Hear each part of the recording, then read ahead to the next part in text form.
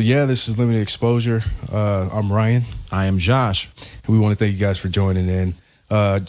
We always do something different. One of the things that we're doing right now is for most of our live recordings, we do have TikTok going. So any of our followers on there, you're able to join in and just listen to us. And if you have any comments, any questions, or you have any topics that you want to talk about, we can definitely talk about those things. But once again, this is Limited Exposure, and we're here just to chat it up today. So yeah, man. I know last week we had a lot to talk about. Yes. We discussed a lot. I kind of forgot some of those topics, but I think we talked about the TikTok ban. TikTok ban, possible TikTok ban. Mm-hmm. We talked about, did we talk about Mars? I think we may have talked about it just a little bit. Yeah, we touched on Mars, touched on TikTok, touched on a lot of things. As a matter of fact, we're going to touch on even more today. You know, there's a lot of developments happening. There's a lot of things going on in the global community, the domestic community, and the local community. So let's get right into it. Yeah, man. So I'm sitting, some days I'll just sit and kind of just scroll through like YouTube and stuff like that. The big talk right now that everybody's talking about is the Tyson versus Jake Paul fight and how it is a big thing, big topic. Everybody's pretty excited for it. A lot of people have different opinions on how it's going to go. Some feel that Mike Tyson might get rocked by Jake Paul, but I don't think that's the case. But the way I feel about it is that if Tyson does go down, I believe that it is scripted. One, because they initially came out and said it was supposed to be an exhibition fight, which I don't think that it is going to be an exhibition fight because Mike is training not exhibition style. He's training as if this is a fight. Yeah. So what do you think, man? I think to a certain extent they're all kind of rigged because I always think about the Tyron Woodley fight. Yeah. And how terrible his acting was when it came to him saying like, hey man, does that look like a fake punch to you? Yeah. And yeah, it did look like a fake punch. It looked like you threw the fight because you had gotten a Rolex and multiple millions. But let him tell it was completely different. Everything was real. I went up there to knock out Jake Paul and I lost. Yeah. So I feel like if I was a betting man, which I am no longer, I would put my money on Jake Paul. Just because that's how this little universe works. People get their hypes up, or to shake things up, they might let Tyson win. But then you kind of just you're playing like what do they say? The devil's in the details. You kind of make an excuse for whoever wins to substantiate the claim that everything's rigged. Yeah. So I'll put my foot in the sand and say I think they'll give it to Jake Paul. I think he'll survive long enough in the fight for them to edge it to him and for him to get a decision win. It's controversial. Yeah. You know what I'm saying? Because I'm like, at the same time, we know what it is. Yeah. But we grew up in an era where we've seen a lot of boxers come through, Mike Tyson, Floyd Mayweather, Evander Holyfield, all those different guys. That's when boxing was boxing. And now I feel like more today's boxing is more exhibition type style. We got young guy going against old school fighters just to make money. Everything's about money nowadays. But the way I feel like if you're gonna have a fight, especially in the boxing world, let it be a fight. Let it be a real boxing match. Don't count Mike Tyson out because of his age. The man can still move. He's physically strong, physically fit, has the endurance still. You can tell by his training videos. All the training videos that are out there on YouTube right now that are trending, everybody's in shock about how he can move, how agile he is still. Yeah. It's Mike Tyson, man. Don't do him like that. Don't do him dirty. Yeah. I mean, he's lost his few fights, whatever, but we remember Mike for who he is, and I feel like at the same time, you don't know what's been said behind closed doors. You don't know what the agreement is, and for that fight. But I feel like, hey, if you're gonna fight and you're gonna decide to Jake Paul, if you're gonna decide to fight a legend, a boxing legend at that, let it be a real fight. Yeah. Test your ability. If you want to get into the boxing world, if you want to get into the ring and you say that, hey, I am a boxer, I am a fighter, then if you're choosing to fight Mike Tyson, then you fight him on real grounds, not no exhibition type stuff. Yeah, I can agree with that. But I will say this, with so much that these fighters are risking, whether it be CTE, whether it be serious brain damage, I cannot knock them nowadays for chasing the bag at every turn, because you never know when your last fight's going to be. You never know the effects that this fight is going to have on you, the lasting effects. So, of course, if you are fighting in the national syndicate of boxers that are fighting for belts and records and this, that, and the third, yes, absolutely. You fight your heart out, and it better not be rigged. Yeah. But if you're doing exhibitions like this, if you're a YouTuber, a streamer, and you're thinking about getting into the ring with a UFC fighter or getting into a ring with a retired boxer or doing things like that, I would not look down on you for saying, hey, let's make this as profitable as possible, because we both know what we're getting in there to do. Yeah. You know? But I will say, yes, if you are challenging Mike Tyson, a legend, fight the man. But either way, it's still going to be profitable. It's still going to be profitable because, one, you have Tyson fighting, you have Jake Paul. So whether it was exhibition just to make money or whether it was a real fight, they're going to make money just because, and they're going to get the views because of the names. So I'm on my side about it. There's nobody who can really sway me to think that Mike is not going to win. Yes, I know that they could tell Mike to go down, to script it up and all that kind of stuff. But I got all my money on Mike. I think Mike is going to destroy him. I think Jake Paul is under the impression that Mike is not going to come in there, putting all out or whatever. But what makes me think that Mike is trying to, trick him out a little bit is the fact that there's a couple video posts where Mike is like talking to Jake Paul. And Jake Paul makes a statement. He was like, I'm trying to give back to the community. That's why I do, boxing. And, I'm trying to give back and actually prove myself. And Mike just looks him straight in the face, was like, all that stuff you talking about, it don't matter. I don't care. I don't care. None you talking about. You actually saw the old Mike come out. And you see when he's training that he's not playing games. He is not playing games. So, like I said, all my money is on Mike. Mike, don't let him do it to you. They set it up. Don't let him do it to you. They set it up to be so juicy. Mike, he's not playing games with him this time. Yeah. Jake Paul finally ran into an opponent that's not going to play with him. Yeah. It's a good storyline. It's a great matchup. I will say that. It's a great matchup just to see, the Jake Paul. Everybody wants to see Jake Paul get knocked out. Yeah. Everybody wants to see it. And he knows it. Jake Paul knows everyone wants to see him laid out on the canvas. Yeah. I mean, anybody with a big mouth I want to see get knocked out. Yeah. But I will say this. How many training videos have we seen of Jake Paul? None? I mean, there's a couple out there. I think he's been keeping it under wraps. But that doesn't, I'm not saying that to say, oh yeah, maybe he's got something for Mike. No. I think if Jake Paul wins this fight, it'll be because his training strategy was to survive Mike.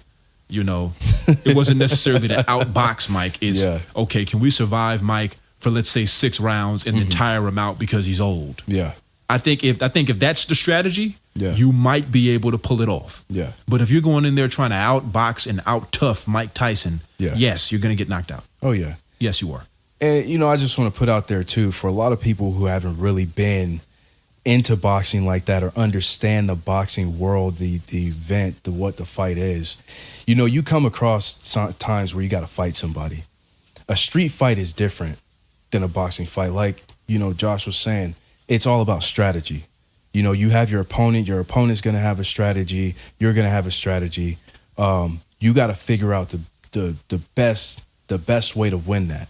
You pick up on certain things, you're slipping punches, you're throwing jabs, you're bobbing and weaving, doing all these different things, but there is a strategy to it. So, showcasing your training, showcasing certain things or keeping it under wraps. Yeah, Jake Paul is probably keeping his training videos and all that kind of stuff under wraps. He's not really promoting it like that because It's a strategy, just like you said.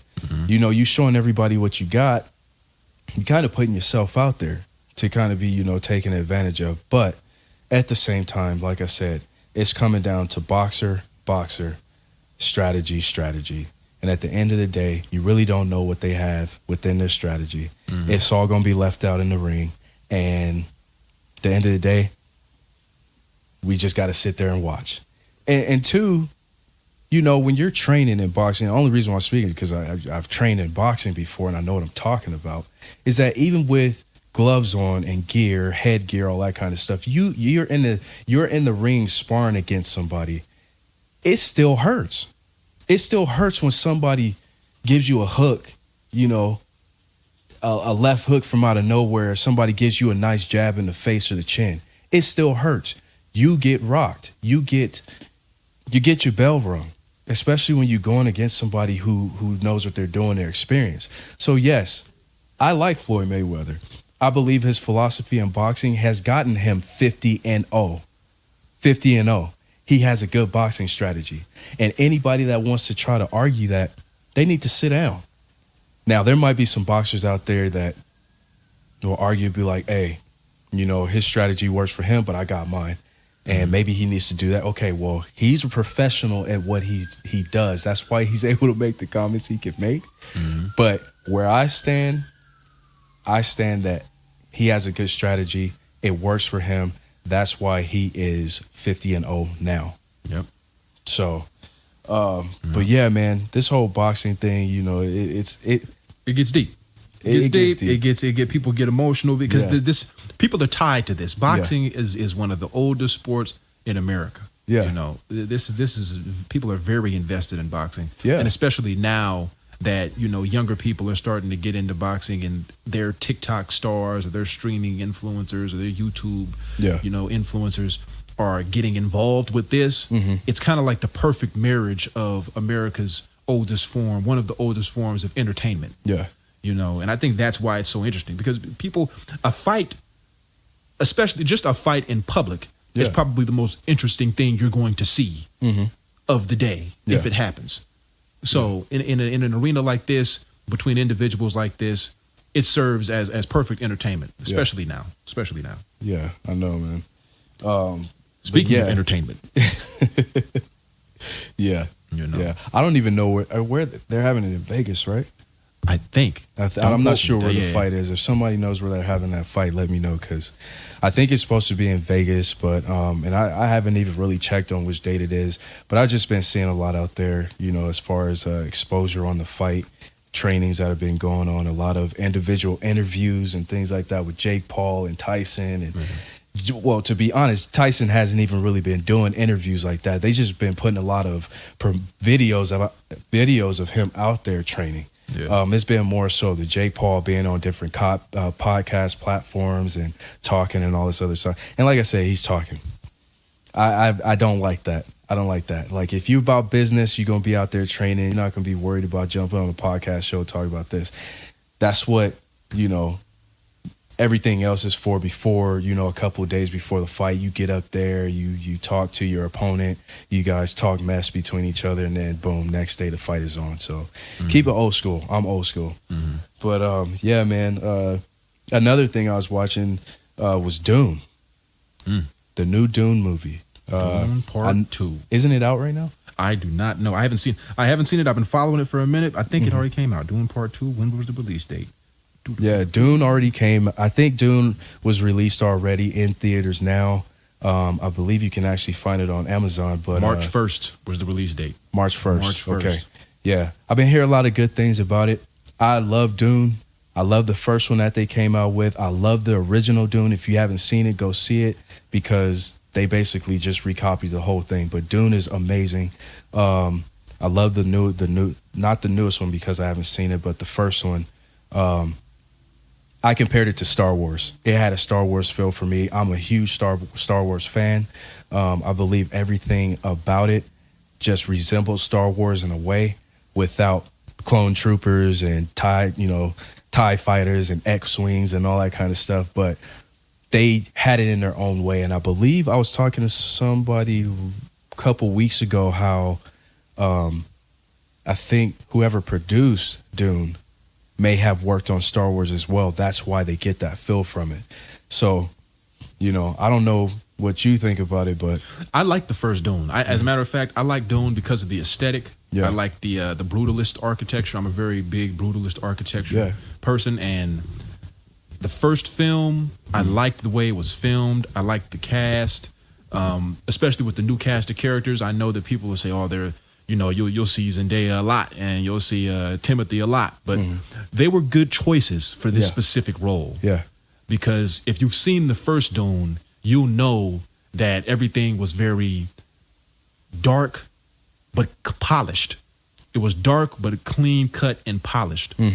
And I will agree, this movie reminds me of a mixture of Blade Runner and Star Wars. Exactly. Yes. I feel like this movie is, if you were to put Blade Runner and Star Wars into a blender and then say spit out a movie, it'd be Dune. And I really like where they went. I like where they're going. Now Dune isn't a Star Wars like series to where you can take it forever. This isn't something you can drag out forever. I hope they don't. I hope they don't do it part 3, 4, and 5. Yeah. I hope they cap it at maybe a part 3. Yeah. And I think they can put everything they need to put and make it a legendary series or trilogy in those 3 movies. But as it's going right now, I'm excited. I haven't seen the second one. I'm probably going to go see it within the next week or so.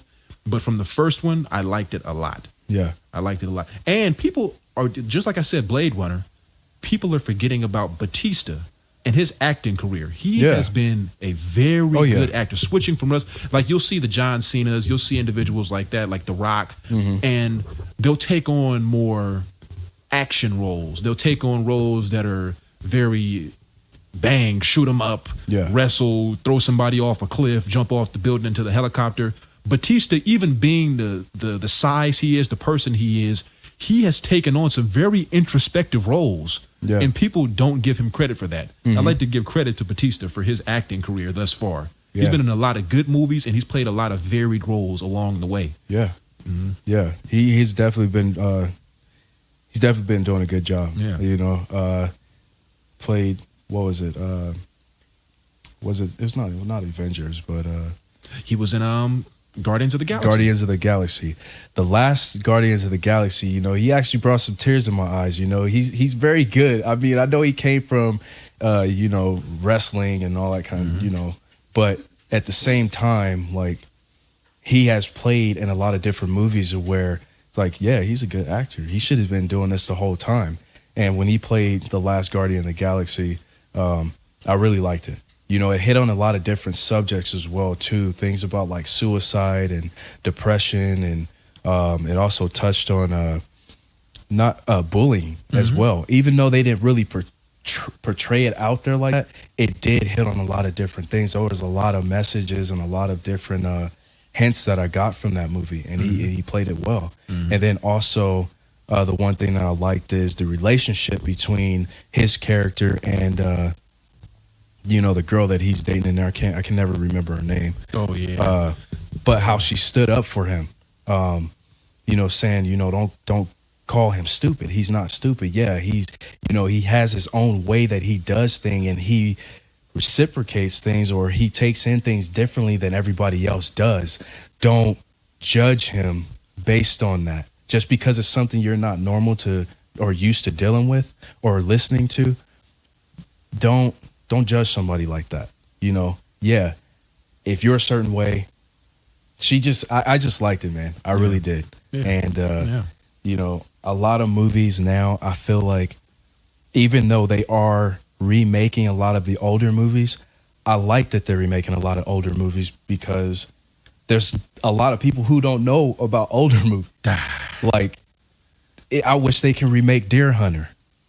A lot of people don't know about Deer Hunter with Robert De Niro, and who else played in there? I can't remember. There's a lot of guys, a lot of famous guys now, but Deer Hunter is one of the greatest movies ever.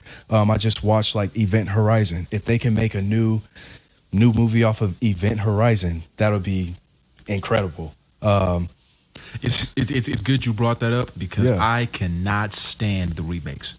And my philosophy behind this is every generation has the opportunity to contribute something new to the culture and the art form of filmmaking. Yeah. If we take our opportunity as a generation just to re-rock old, not old movies, but movies that we know and love, then it doesn't give us an opportunity to show what's happening now, what the new thoughts are now.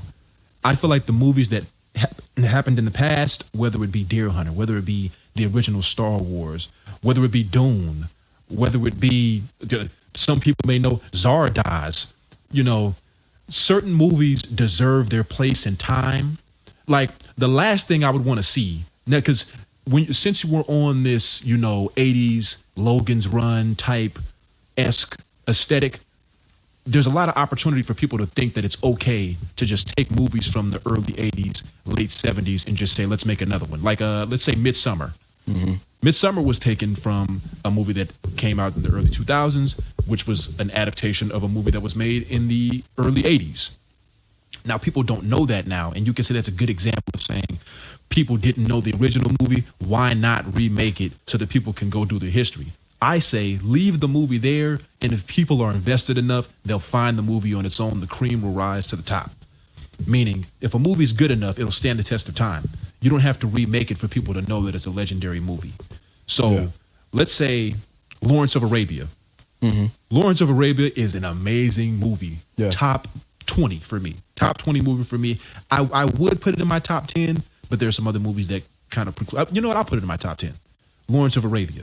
I would despise if they remade Lawrence of Arabia today. Why? Because the way they filmed it, the way the story plays out, the aesthetic of the film and the camera, everything was perfect for that time. There's no need to say this is a great thing. Let's reimagine it. That's another reason why I don't like when they switch superheroes. That's why people love Iron Man so much and Robert Downey Jr. is because he's Iron Man. There is no other. You're not gonna make another Iron Man and people accept it. Well, they might, because I feel like he has that role. Yeah, if they made another Iron Man, I feel like people would be outraged. But then, if you have enough people on the message boards and the critics saying, well, just like Fantastic Four, let me find his name. Well, that was one of the reasons why I stopped.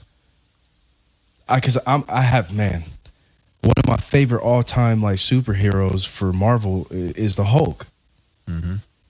When the original Hulk movie came out, now I'm not talking the one with not the old school one with Lou Ferrigno. Lou Ferrigno, not that one. I'm talking about the newest, the very first movie that came out with the Hulk, and it was like part live action, animated. I can't remember his name, but I'll find it right now. I liked him as the Hulk, and I was like, if they make any more movies, he's got the part for it. But then they came out and changed it up when they made Avengers, and I didn't like that. I was like, why they just couldn't keep him? I don't know. Maybe it's because he had other movies or projects coming up or whatever. But at the same time, I'm like, man, you find a good character that's going to be able to make that superhero, keep him. I don't know how many times they changed the character for Spider-Man. Tobey Maguire. But Spider-Man did a great job of bringing back the original characters and bringing them back in a way that made sense. And Spider-Man is the perfect comic book character to do that with, because you have Madam Web, and Spider-Man is probably the quintessential superhero that explores the Marvel most. Him and Doctor Strange, those are the two characters I feel like are shown within the multiverse the most, because everybody knows the different Spider-Man suits and how Spider-Man is in infinite forms. So them bringing back Tobey Maguire and bringing back, I believe his name is Alex Garfield. Yes, bringing them back was perfect. But it's not always perfect. You can't always make an excuse like, War Machine on Terrence Howard was War Machine. He was going to be War Machine. And then Don Cheadle shows up and we just, okay, so this is what we're doing. But it's those weird things that I just kind of don't like at all. I don't like the way they switch things up. I don't like the way they remake and reimagine things that have already been imagined. That's my biggest gripe with these superhero movies in particular is that you have an entire comic strip. You have a visual representation of the individual who you're making the movie off of. Yeah. And then you say, let's make the Human Torch Michael B. Jordan. It's like, why? Yeah. Why? Like, there's if you're making the superhero movie, you have a comic book character with multiple issues. You have a visual representation of what they look like. Yeah. You can easily just cast the character that looks like the character that was drawn in the comic book. Yeah. But instead you say, let's shake things up. I don't get it, and I don't like it. Yeah. I don't get it, and I don't like it. And that's the same way I feel too. I agree with you on that. I don't like it either. And I feel like they did that even with Iron Man. Having somebody wearing Iron Man's suit. You don't do that. That's crossing boundaries. Only Iron Man is supposed to wear Iron Man suits. Get what I'm saying? And then they kind of took it off and gave it to the U.S. Air Force, and they kind of invented their suit, or no, it was stolen. Mm-hmm. You know, he made a suit out of it, and then the Air Force got a hold of it and made a suit. No. Iron Man made how many different suits? 6 different suits for himself. Mm-hmm. Iron Man is supposed to wear them. Don't let nobody borrow your stuff. Mm-hmm. You know? And I'm just saying, that's how I am. Just before the actor that's playing Mr. Fantastic is Pedro Pascal, who is a great actor. Great actor.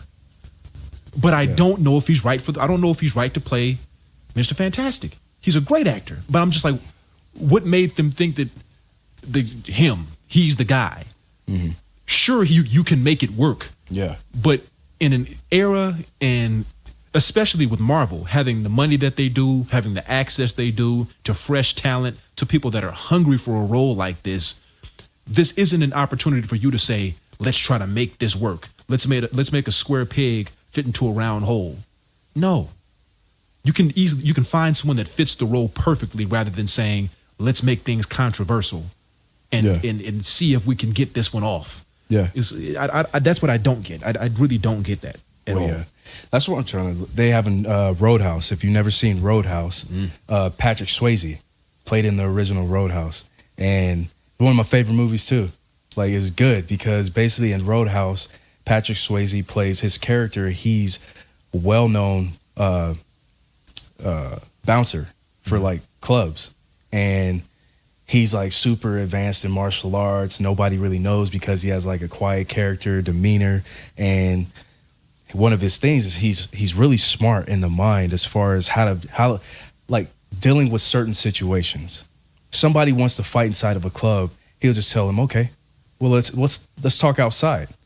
And if anybody knows in bouncing, or if you're in security or law enforcement, you don't ever let anybody that you're dealing with, you don't ever let them walk behind you. They always walk in front of you so you can keep eyes on them.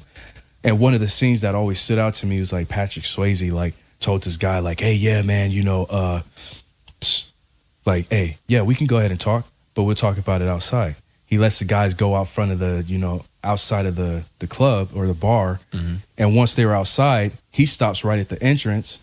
His guys come up and he's like, you guys have a good night. Mm-hmm. And they wanted to fight, but he's like, you guys are already outside. Your access to this club is denied now. You can't go out. So his philosophy was like, you don't have to fight with everything.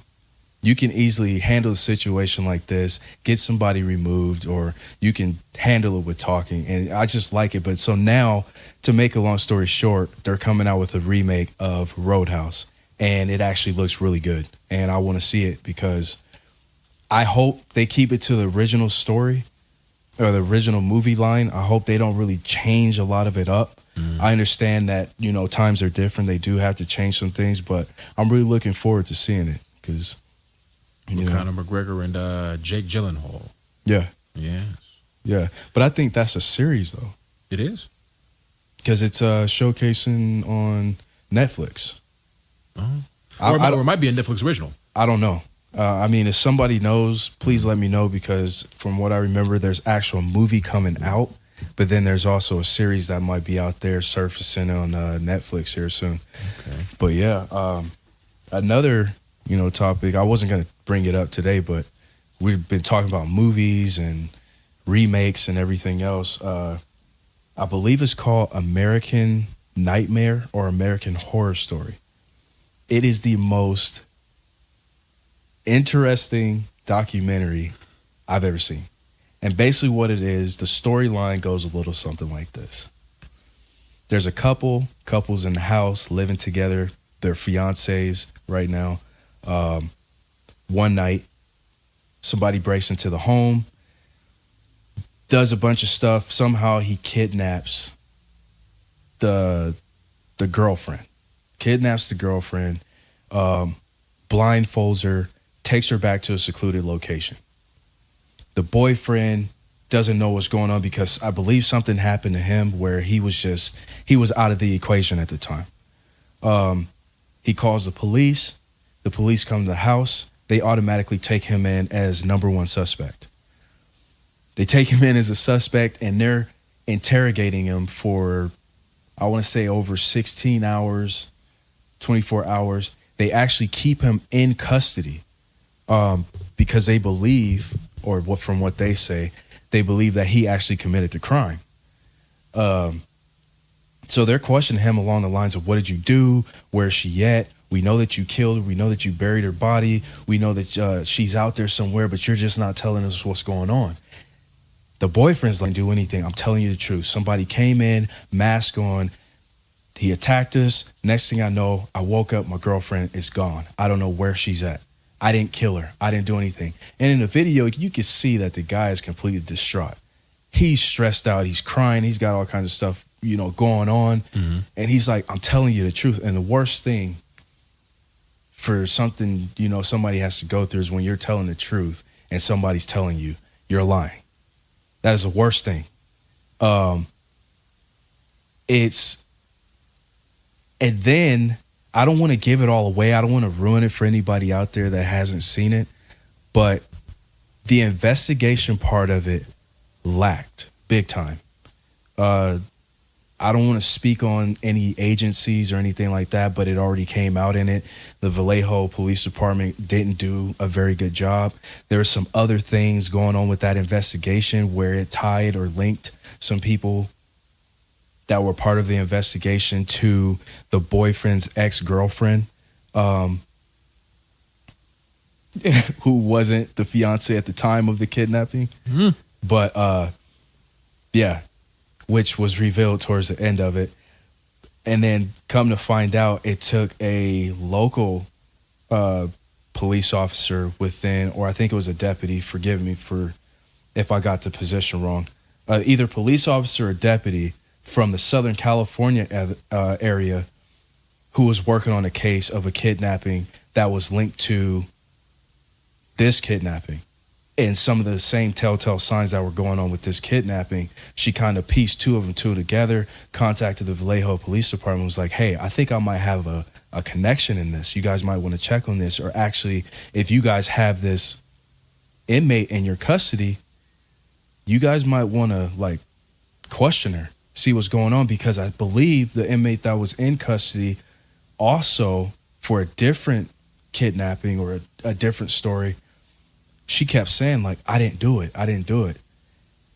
Make a long story short, they never did anything and kept postponing the call. The first couple of times she called the department, she couldn't get a hold of anybody.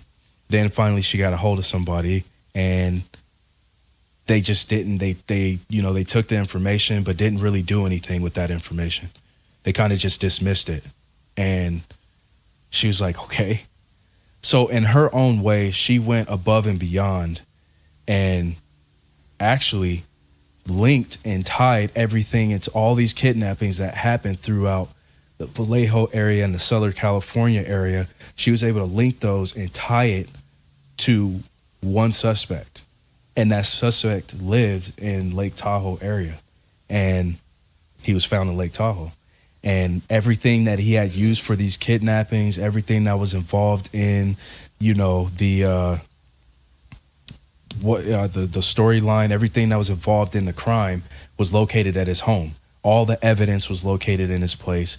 Everything linking tying everything together. So it was crazy. The story, just the investigation, everybody that was involved. It's mind-blowing.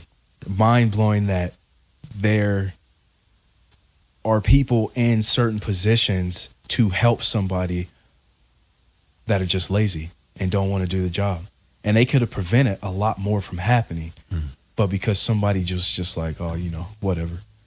And I believe there was a lawsuit out of it, or they were fighting it in court. I'm not sure what the outcome was of it. I haven't done too much research, but if you guys haven't checked out, I believe it's called American Nightmare. It's on Netflix. Check it out. Go see it. It's very good. Mm-hmm. Have you ever looked at it or seen it? I haven't. No? I haven't. This is the first I'm hearing of it, but it sounds extremely interesting, and I'm probably going to check it out. I'm probably going to see it maybe this weekend or something. But this is a very good story, and this is a very good example of. This is an extremely good example of a series that me and my fiance can watch on the weekends. This sounds like something that is a perfect criminal documentary, and we know about the E Network and different types of serial killers and torture films and kidnappings, and this is a very interesting story that I would recommend, and I'm definitely going to check out myself. Yeah. So check that out.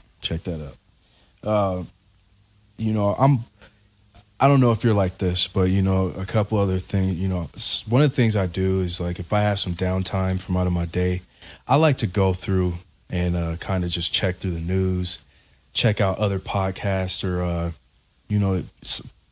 podcast platforms, social media platforms. I mean, really the only social media platform that I have right now is TikTok, but I like to go through and just really just to see what people are posting out there. And I came across a video where Ty Tribbett, if nobody knows who Ty Tribbett is, he is a well-known gospel artist who he's known for the improvisation of music, and his instrumentalists are very talented. The way they're able to collaborate music and orchestrate their music it's on another level. But he's also a minister as well. Talks about a lot of different topics. I haven't really listened too much in on his sermons, but I recently caught a video where he was talking about how today's church is what he calls the cool church. And the reason why he says it's called the cool church is because he feels like technology has been used in order to attract a large crowd. He feels like technology has taken the place of authenticity. Authenticity. Yeah, authenticity of just letting God's word really, bring in people to church. And he talked about how during COVID time, technology kind of within the church kind of just got taken out of it, because during COVID time, a lot of membership or people who are members of the church or the congregation, people who are visiting, just kind of stopped going. And to an extent, the technology that was brought into the church, it was more of like a promotional thing. Hey, come here, worship, come here, sing and do this and do that. Oh, if you come to our church, this and this and that. So he was touching on different topics about how church is not really church anymore. And he was saying that the church is the body. The body of the church is the people. And if God's word is taught right, and if it is, if God's word is taught right and it's real and it's authentic, and there's no technology based behind it, God's word is going to speak for it because it's living and it's true. Right? And he feels like that got in the way of things. So he's saying now, in order for people to actually be healed, in order for people to actually, be able to overcome certain trials and tribulations, he's saying technology has to be removed from that. Technology has to be removed from the church. And the promotional aspect of it has to be removed, and it needs to be brought back down to the bare minimum, old school, right? It shouldn't be promotional based. It shouldn't be just because about the worship. Oh yeah, they got good worship music. It shouldn't be based on that. Like if you feel moved to come to, church, it should be based on the emotional experience that you have. Like you walk into a church, I invite you to church. Like, what are you looking for? If you say, hey, I want to go to church with you and I want to know who God is, what's your reason behind you wanting to know who God is?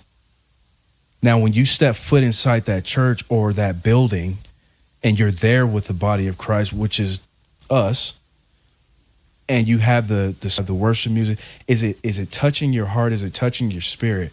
And I believe that's what he was trying to get back at, is like that has been taken out of the church and it's no longer authentic. A lot of churches are hiding behind the oh, well, we don't want to put this topic out there because it might offend somebody and we might lose the numbers. No, well, from what I remember, Jesus kept it real. He wasn't sugarcoating anything. He was like, hey, if there's a situation, this is how you handle it. This is how you deal with it. And that's it.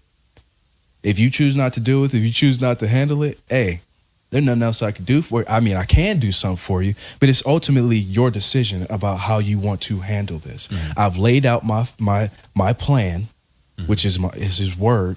Mm-hmm. Now, do you follow it or do you not? Yeah. And like I said, everything is referring back to like, that promotional thing, the technology thing is all referring back to the numbers in the church. And he's saying because of COVID, that brought us back to the level playing field. That brought us back to, okay, we can no longer depend on the technology to get the crowd base here. Mm-hmm. People got to come on their own understanding. People got to come on their own faith and that want to have a better relationship with God. Mm-hmm. He's saying, how can you move? How can you move when nobody's really doing the moving? Mm-hmm. How can you experience a good relationship with God when you're not focused on the right things? Mm-hmm. How could a church grow when they're not focused on the right things? There's a lot of things put in place of what's right. Mm-hmm. And so I think it was a very interesting topic that he brought up. If you guys haven't seen, just type in Ty Tribbett Talks About the Cool Church on YouTube. For those of you who are fellow Christians, go check it out. It's very good. What do you? I do agree, but on a different side of the same coin. So when we get into topics around culture, mm-hmm. it's very easy to mix culture with scripture. It's very easy to add context to scripture. Mm-hmm. And I believe that with the advent of technology and the integration of technology, it can be and should be mm-hmm. a tool for edification and a tool for us to, further our relationship with Christ and a helper. Yeah.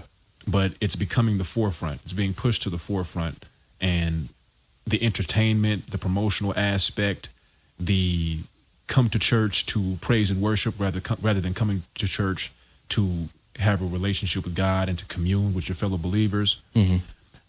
I think that if you are preaching the word unadulterated, unaltered, mm-hmm. not adding context around certain verses to fit into a cultural narrative, mm-hmm. the filtering will happen by itself. Yeah. So the individuals who are looking to come to church just for praise and worship and to feel good for a moment, if that brings them to Christ within the sermon that you preach, mm-hmm. that should be what happens. Yeah. But it should not be they show up to a praise and worship and then you give a motivational speech. Mm-hmm.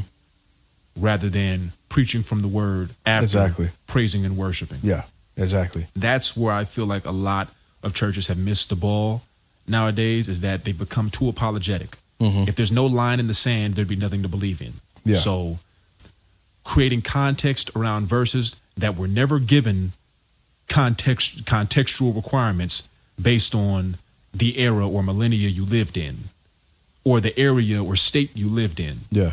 These verses are these verses. You can believe them or not believe them. Yeah. But to then say, I know what this says, but this is what it actually means. That's where people miss the ball. That's where individuals will become, I believe, led astray. So, yes, praise and worship is good. Gathering believers from the community, gathering individuals from the community to see and witness what's going on inside of your church. I have no problem with that. But when it comes down to one thing only, what are you teaching the people when they get into the church, when they get into the sanctuary? After the praise and worship is done, what are you teaching them? Are you teaching them from the word, or are you teaching them your adaptation? Once again, another adaptation of something that has already been reimagining what has already been given to us. Yeah. And that's where I feel like if people were to teach the Bible unadulterated and to teach the word for what it is and study the word rather than, I believe that we should study the word. Yeah. And not teach the word to people, because then when you teach the word to people, you add your own interpretation of what the word means to you. Yeah. And you begin to add context. Now, there's one thing about drawing a parallel between things that are happening in people's lives to the word. But when you start to mold the word around people's lives is where the issue is with me. Yeah. And that's another topic, like Dr. Tony Evans. If you guys don't know who Dr. Tony Evans is, he is a pastor from out of Texas at Oak Cliff Bible Church. He actually explains that about how, when teaching or reading certain passages or scriptures within, God's word, you have to be careful of what you're reading and what you're taking in, and then how you communicate it. Because there's a lot of different things. He says basically you read the word slow, right? Not fast. Don't skim over, because it can be taken out of context. But you read it slow and you study it and you spend time on that word. And there's other parallels that go with that word that you're reading, and you have to tie it all together and basically study it, like you said, and read it correctly, because you can take it out of context. You can, what was the word you use? Reimagine or, recontextualize. Yeah. You can reconstruct it in a way that's not right. And so he has, he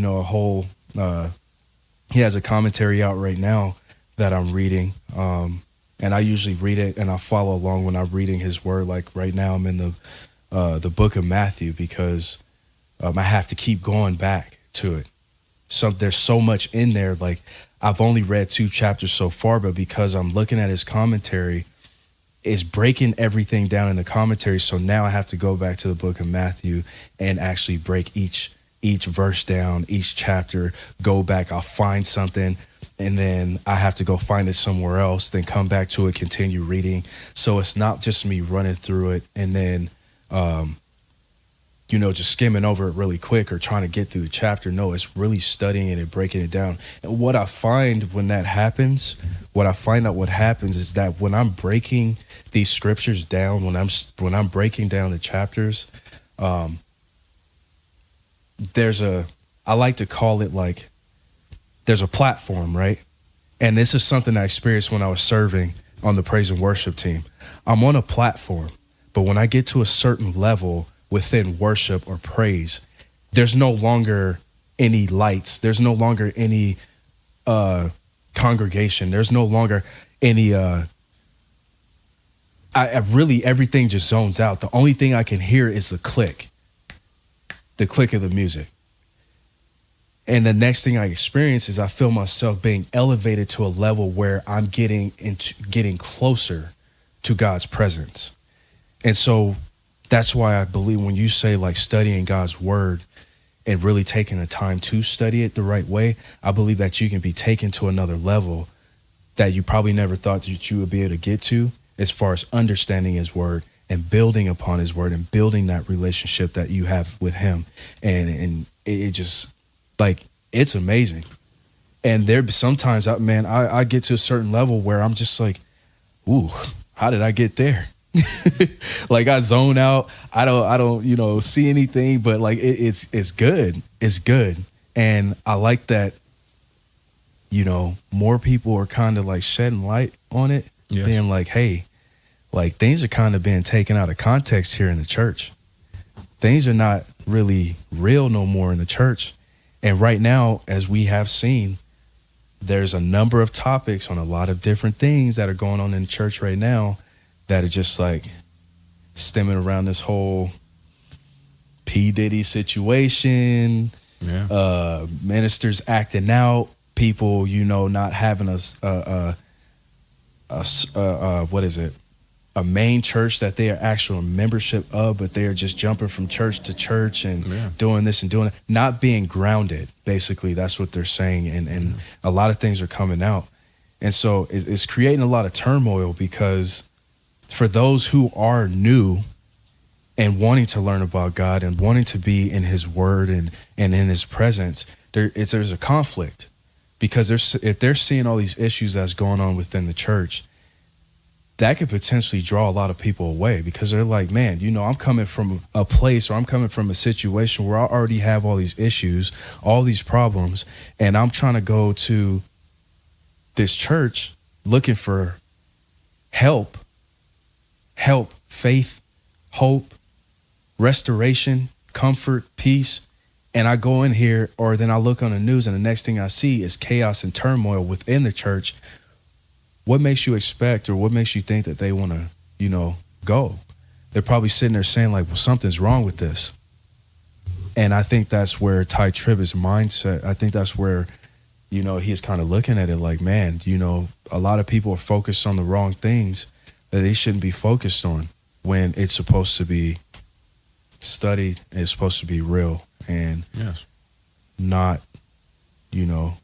taken out of context. Yes. So. And I think that's a perfect segue into the youth.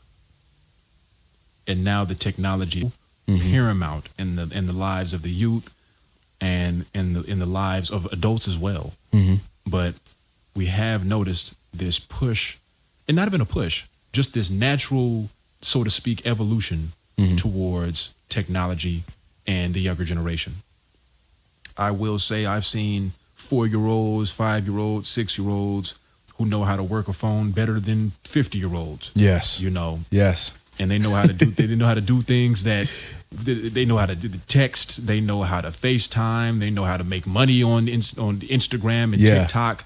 It's a different world. It's an entirely different world. And I think that it can be good and it can be dangerous. I don't necessarily want to say bad, but it can be dangerous if you're not keeping a close eye on what children are doing online. And if you're not, I don't want to say restrictive, but there has to be borderlines to what's going on. And there has to be a set of guidelines to what is allowed and what isn't. Now, with the new TikTok ban, there are a lot of children that are, I want to be a TikTok influencer. What if I want to be a YouTuber? What if I want to be, an Instagram influencer? This, that, and the third. These are viable career paths for children now. Yeah. Where, let's say 12 years ago, 10 years ago, no one would ever say that. If you said, I wanted to be a YouTuber, people would look at you crazy.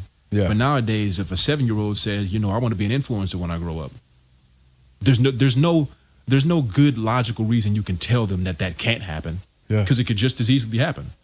It could happen today, it could happen tomorrow, it could happen in 7 years, 8 years. Yeah. But I think with the integration and advent of technology, and with smartphones, and with the new Apple Vision Pro, and whatever else is going to come out in the next 5 to 6 years, 10 years, I think it's going to be interesting to see. And I think that the youth is picking up on it very quickly. That's what gives me hope about this new, AI generation. Is our generation is figuring out ways to make it advantageous for us, figuring out ways to make it help us and to work to our benefit, rather than it just being a replacement of us. Yeah. Making it an auxiliary thing rather than just a complete overhaul. Yeah. Yeah, but there are people out there, that want to replace us, want to replace, people who are in certain positions and in certain jobs. They want us replaced. But I do as far as cell phones are concerned with, you know, the younger generation, I believe there's an age limit that a phone should be introduced. And then there are certain situations for a phone, for a certain age group that should have one. You know, you have both parents who are working full-time jobs. They're staying in an after-school program, or, you know, they have to travel back and forth, you know, on a plane and stuff like that. I do believe if a child's old enough to comprehend what is going on with the phone, I believe they should need one in certain situations. Now that 10 to 15 or the 10 through 18, you know, year old, yeah, okay. If you're 10 years old, I feel like that's a good age right there to have one, because now they're coming out of elementary school, going into middle school. There's a lot more communication that needs to go on. Hey, I need to be picked up. I need to be dropped off here. I got this going on. I got to go over here to this practice. You know, things are starting to pick up. I know there might be a lot of people that are against it, and I understand why. But at the same time, the way things are now, we have to adapt to what's going on. We have to adapt to things because, to be honest, when you look at the news, man, there's all kinds of stuff going on. Kids getting kidnapped, people getting, you know, stuff happening, shootings at school, schools being put on lockdown. Like, I would like to know these things. And sometimes especially with the school being put on lockdown, right? Because they got something taking place around the corner, around the school is automatically going to get notified by the police department, and they're going to lock the school down. Yeah. You're not going to know until maybe an hour later that the school is on lockdown, because they got to send out an email or a phone call. I would like it for my child to be able to contact me and be like, hey, our school is on lockdown right now because this and this is going on. Hey, guess what? Work, I got to leave. I got to go make sure my child is good. They just sent me a text, message saying that something's going on around the corner. The school's on lockdown. So I believe like phones, I think it should be looked at in a different light, not so much of like, in a bad light. Yeah. I know there are things on there. That's why you have parental settings that you can check. There's apps out there where you can check and see what your child is doing on certain sites, and you can set limits and restrictions. And so if you're taking the proper measures to prevent them from getting on something you don't want them to get on, then by all means. I believe that at a certain age, they should have a phone. I just came over tonight. If this idea hasn't already been created, I want my credit. We're on file saying it. I feel like there should be an app. In the same way you can do Apple mirroring to your TV, you should be able to pair your phone to another phone and be able to mirror whatever's on their screen to yours. When you go on that app, if you have access to the other phone, through maybe a Wi-Fi or Bluetooth connection, you can just view whatever is going on their phone. Wait, hold up. So you're saying as far as kids are concerned? Yes. So let's say, I have a daughter or a son. I get this app and I tell them, give me access. I'm going to send you a request. Yeah. Give me access. They give you access. So now at any time you want, your phone becomes their phone. Yeah. Your phone just becomes a digital security display of whatever's going on their phone. Yeah. And you know what I'm thinking when you say that? I'm thinking about the toxic people that are out there in these relationships that don't trust the people that they with. Yeah. They gonna download that app just not for their kids, for the person that they're with. But that's the thing. It's gonna cause problems. That's the thing. There should be like a 2-factor authentication. Like you can't just go into somebody's phone and do this. You have to get access. You have to get social security numbers. You have to there has to be a process for you to get into the app. It has to be like Cash App or something. It can't just be like Instagram, create an account, give me your email and do it that way. Because yes, somebody could just go onto your phone while you're in the bathroom, create an account for you and do it that way. Hey. I feel like there has to be like you take a photo of yourself and you let you have to give them full access before you do that. Yeah. And if couples want to do it that way, at least there has to be a conversation first. Yeah, that's where I would want it to be. Yeah, like you can't just create the app and do it that way. There at least has to be. I want to do this. How do you feel about it? And you can do it that way. But I feel like that would be a good idea because kids are smart. You're right. If you put parental restrictions on your phone, kids are extremely smart. Yeah. We all know when we were younger, it wasn't the phone, it was the TV. You had a 4-letter code. You know, you couldn't watch MTV, or you couldn't watch, you know, Cartoon Network switched to Adult Swim. Yeah. And then the adult parental advisory would come on. But the thing with parental restrictions, because I have it on Emma, as far as watching, you know, YouTube or YouTube Kids. Yes. If I even see, if she's even trying to mess around with the passcode for it, it'll automatically send me a notification. So the minute I could jump on her tablet or FaceTime her through her tablet or get on the phone and be like, hey, why are you messing around with the passcode? What are you trying to do? You know, I can see what she gets on YouTube when she knows she's not supposed to get on YouTube, finding certain cartoons and stuff like that. But that's if we're, you know, around her. Yeah. And I'm able to monitor what's going on. She kind of gets this little look and she kind of starts hiding. And that's when I know she's on YouTube. And it's like, no, you know, you're not supposed to be on there. YouTube Kids is strictly what you're supposed to be on. Don't get on anything else outside of that. If you want to get on YouTube and find a certain type of video, you need to do it when we are present, you know? So it's a slippery, and that, I think that's just the thing about, you know, people and children knowing that they're going to be people, because at a certain point, it's like, man, with a phone and with the internet and with laptops and with technology, it's like there's only so much you can do, because if you over restrict, then you risk your child just going off the deep end and finding whatever they want to find outside of your control, and, you know, becoming sneaky. They always say, like, you know, strict parents raise sneaky children. But it's just like, if you give them too much space, you relinquish control. Yeah. And in that relinquishing of control, there's a lot that can go wrong, and it just leads you to kind of wonder and stress as a parent. You know, if you're like an involved parent, you can't help but just be like, ah, man, what are they doing? And it's that weird balance beam that, you know, I feel for parents. You know, I know we were talking about as far as, you know, phones are concerned, what age, you know, a child should have phone access. Do you feel like at up to a certain age, like 17, maybe like 16, 17, 18 years old, like you should still be able to have access as a parent to see what your child is doing? I mean, if they're living in your household, do you still feel like they're still in high school, still living in your household, and they have a phone? Do you feel like at the age of like 15, 16, 17 years old, you should have, you know, access to be able to see what your kids are doing still, or is that too old? Do you think they need that privacy?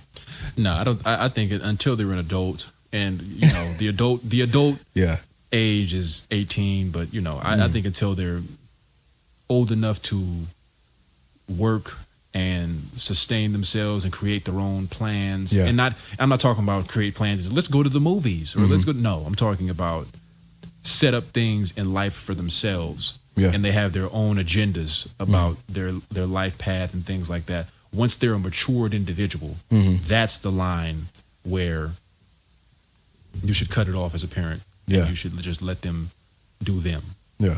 Not necessarily let them do them, but, you know, when it comes to the phone, you shouldn't be able to just, hey, let me see this. You know, because at a certain point, they're their own person. But 15, 16, 17, hand it over. Hand it over. 15. If you're in high school and you say, you know, I can't. It's just there's no reason you can give as a 16-year-old to say you shouldn't be able to go through my stuff. It's like, how much of your stuff did you get? You know. And I mean, too, like, because they're not paying the phone bill. You know, you're the one that, as a parent, paying the phone bill. So it's like, man, give me your phone. You better get that phone up, because, you know, and you should just give it over, because if you're not doing anything wrong, there should be no reason why you should just hand it to me. I don't like that argument. I do. That's one argument, because that's an argument that, you know, government agencies will use. They'll say, we'll put a camera in your house. Like the movie 1984, the book George Orwell, 1984. It's like, if you have nothing to hide, why not put a camera in your bathroom? It's like, what are you doing? You're not doing anything. You're not doing any criminal activity. Why can't I watch you in your house? We're just going to put this camera in the room. You're not doing anything wrong, are you? It shouldn't be a problem. And it's just like, okay, that's another topic. When should your children be able to have privacy? What age is it all right to give your children privacy, rather than being able to, not intrude, but come in when you want? And when is that line to where, all right, this is theirs, I won't intrude? Yeah, I think that's a good conversation to have as well. I believe at that point, right? 15, like right now, Emma, I feel with certain things now, because I'm dad and because I'm a man, there's certain things that I should not be doing. And there's certain things I should not be seeing. And so I make it known to her, like, hey, dad's going to step out of the room and you change, you get dressed. Or I'm going to be outside the door. If you need anything, I'm going to turn the shower on for you, let you get in there. And that's because I want to instill in her that, hey, you're young still, but you're growing and things are going on. And men are not supposed to see certain things, especially at her age and coming up through her teen years and stuff like that. I want her to know, like, the difference. So I believe at a certain age where you're talking about privacy, if you're living in my household and you're 15, 16, 17, your door is going to stay open. Your door is going to stay open. No, I mean visitors and stuff open. There's no closed doors. I'm sorry. No, it's not happening. It's not happening because just like that, they did some unruly little boy come over and try to be doing stuff. So I don't trust all of that. But the other thing, if there's no guests, no visitors over, maybe you got cousins over. Yeah. You want to close the door, have some privacy, okay, because that's family, right? You're in the room by yourself. But there's no slamming doors in my face. There's no closing doors because you're upset. You don't want to hear what we got to say. No, all that's getting squashed. Because you do something like that, I'll take the door off the hinges and then you really won't have a door. So I don't know what else to tell you. You're not going to have a door. You acting crazy. So I don't know. I think it's it's an art form. Yeah. Parenting is an art form. Yeah. It's a case by case, little scenario. Yeah. I mean, I don't know about you, but like, I don't think I ever had, when we had our own rooms, I think I might have had my door closed when I was asleep, at night. Me as a child, I didn't like having the door closed because, I felt like the monsters in the closet, it would be like a closed arena. Yeah. If the door was open, then, somebody could see, somebody could notice. Yeah. But if the door is closed, then all the little, spirits in the room, it's just me and them now. Yeah. So I was like, I keep the door open. Yeah. I think when nobody was in the house, I had the door closed because I just stayed to my room if I wasn't downstairs. But then when everybody was there, I believe my door stayed open all the time. Like if I was doing homework to get privacy that way, yeah, I had the door closed because I didn't want any distractions. And then, like I said, when I was sleeping, I believe that was the only time that I did close it. But yeah, I don't think we ever really talked about that stuff in our house, about keeping doors open or closed. I always think about this because it's like at that time, it felt like things were seamless. Like it felt like I didn't really have to. It didn't have to be brought up because I didn't really care if somebody came in or not. It wasn't a thing. Yeah, it wasn't a thing. Like, why are you coming? It's just if you came in, hello, you're here. Yeah. If you're not, okay, I'll be playing video games or reading a comic book or watching TV, or I'll be outside. I was outside. That's the thing. You don't need privacy when you're outside. Yeah, outside playing. Yes. That's the big thing. That's the huge thing. Kids have gotten away from being outside playing until the lights come on, or being outside with friends or making friends. There's nobody doing that anymore, and it's just kids are so, like we said, man. This technology thing, this PlayStations and tablets and phones and social media and all this stuff is just taken away from that, and kids don't even believe in going outside anymore. I mean, there used to be so much stuff you can do outside. Like, hey, man, let's somebody saved fireworks from last 4th of July. Now we out there popping fireworks, the middle of May. Let's go have a foot race. Foot races, two-hand touch football in the middle of the street, riding skateboards, riding bikes. Hey, we used to live in Fontana. Let's everybody get together, pack some backpacks full of snacks and food and stuff. Let's go hike up the mountain or go on a trail and do all these different things. Or, hey, let's just hang out at somebody's, front yard and talk or whatever. Like, man, I remember back in the day, we were making costumes for Halloween in my friend Tim's garage. Doing stuff like that, trying to make the scariest costume. Like, you don't see that anymore. I used to take the PlayStation from my room. I could have just played it in my room. I took the PlayStation from my room, put it in the garage, so that we could play it outside. Yeah, just so we could be outside. I would play with my friends from the neighborhood outside. Yeah, and then we'd skateboard. We would go play the tag, if tag is even a thing anymore. Yeah, everything. But I think that's a huge thing. Is that people are not outside. Kids are not outside. Today. Right now, the weather's perfect. Yeah. The weather right now is perfect. And it is what? 3 p.m. Yeah. It's silent. Nothing. It's dead silent. Yeah. That wouldn't have happened in 2008. No. 2007. No. And kids are out on spring break. Yes. You would expect kids to be outside, but no, they want to be on the sticks. They want to be on the video games. They want to be on the social media. They want to do all these things, man. And it's like, there's so much to do outside. Like, as I even say that, like, I used to think about how we used to make these rubber band guns. You find a good long piece of wood, you carve it down to the shape of a rifle, and you get a clothespin. You take the clothespin and you connect it to the back of the gun, and then you take a rubber band and you take the rubber band and stretch it from the front of the gun and clip it onto the clothespin, and you let that go. Rubber band guns. Like, we used to do stuff like that. When was the last time someone had a water balloon fight? That's what I think that's an ancient practice. I haven't heard of somebody having a water balloon fight in at least 7 years. Yeah.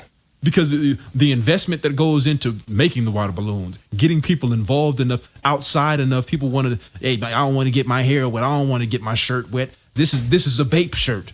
This is an off-white shirt. Don't get this shirt wet. It's just, people are too cool now. That brings me back to what we were talking about earlier, how people are focused on the wrong things now. People are focused too much on what they look like, their outside appearance, which I get it. Everybody has a flaw about themselves where they're just like, oh, I need to do this and I need to do that. But I truly believe, like, a lot of people miss out on fun or doing fun things or missing quality time because they're focused on the wrong things. And it's like, yeah, you want to look good, go work out. Go work out. But don't let working out consume your whole day. Don't let the way you look, or I just got my hair did and I did all this from, having water balloon fights and, grown-ups, don't. Hey, if you're a grown-up, I'm talking to you. If you're a grown-up and you go to a birthday party and you see a party jumper there, don't be afraid to get in the party jumper and jump. Just go ahead and jump. Just go ahead and get in there. Just try to do some backflips and stuff like that. I'm all for it. People have looked at me crazy multiple times in recent memory for getting in the jumper. I'm getting in the jumper. Yeah. Don't lose your inner child. Yeah. Do not lose your inner child, adults. Yeah. No matter how old you get, I don't care. Yeah. I do not care. Yeah. If I see a slingshot, I'm picking it up and I'm playing with it. Yeah.